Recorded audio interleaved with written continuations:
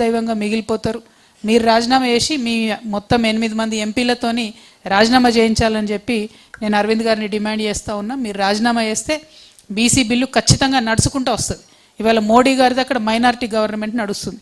చంద్రబాబు నాయుడు గారి మీద అట్లనే నితీష్ కుమార్ గారి మీద ఆధారపడి ఉన్నటువంటి గవర్నమెంట్. కాబట్టి బీసీలకు న్యాయం జరగాలంటే 42% రిజర్వేషన్ రావాలంటే బీజేపీ ఎంపీలు రాజీనామా చేయాలని నేను మళ్ళొకసారి డిమాండ్ చేస్తూ ఉన్నా. అదేవిధంగా ఇంకొక బీజేపీ ఎంపీ నేను జనం బాట పడుతున్నా అని తెలిసి నిన్న నా మీద నా కుటుంబం మీద ఏదో విమర్శలు చేసినట్టు తెలిసింది. రేపో ఎల్లుండో వాళ్ళవి కూడా చాలా వివరాలు ఉన్నాయి, అవన్నీ కూడా బయట పెడతాం. మీరు చేసిన అవినీతి ఏంది, ఏం జరిగింది, వివరాలు లెక్కలు పత్రాలతో సహా ఎవరైతే ఎంపీ గారు నా మీద నా కుటుంబం మీద లేనిపోని ఆరోపణలు చేస్తూ ఉన్నారో వారి వివరాలన్నీ కూడా పత్రికాముఖంగా బయట పెడతామని ఈ సందర్భంగా తెలియజేస్తున్నాం. మరి వాళ్ళ అసలు జాగృతి జనం బాట అనే కార్యక్రమం ఎందుకు చేపట్టాల్సి వచ్చింది అనేటటువంటి అంశం గురించి మీకు ఒక 2 నిమిషాలు చెప్పాలి. మనం చూసినాం ప్రపంచవ్యాప్తంగా అనేక ఉద్యమాలు జరిగినాయి, కానీ విజయవంతమై విజయాన్ని గమ్యాన్ని ముద్దాడిన ఉద్యమాలు కొన్నే ఉన్నాయి. అట్లా గమ్యాన్ని ముద్దాడిన ఉద్యమాల్లో ఫ్రెంచ్ విప్లవాన్ని మనం చెప్పుకోవచ్చు.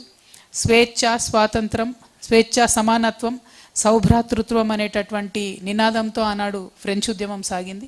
తర్వాత తెలంగాణ ఉద్యమం నీళ్లు, నిధులు, నియామకాలు అనేటటువంటి నినాదంతో సాగింది, గమ్యాన్ని ముద్దాడింది. ఇప్పుడు తెలంగాణ జాగృతి అవకాశం, అధికారం, ఆత్మగౌరవం అనే నినాదంతో సామాజిక తెలంగాణ సాధనకు ముందుకెళ్తా ఉన్నాం.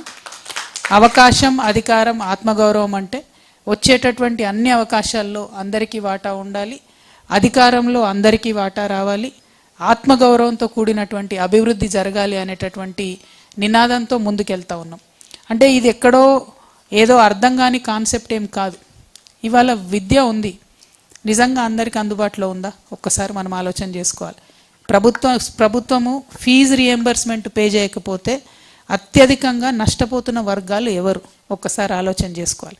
ఈ ప్రభుత్వం వచ్చి 2 ఏళ్ళు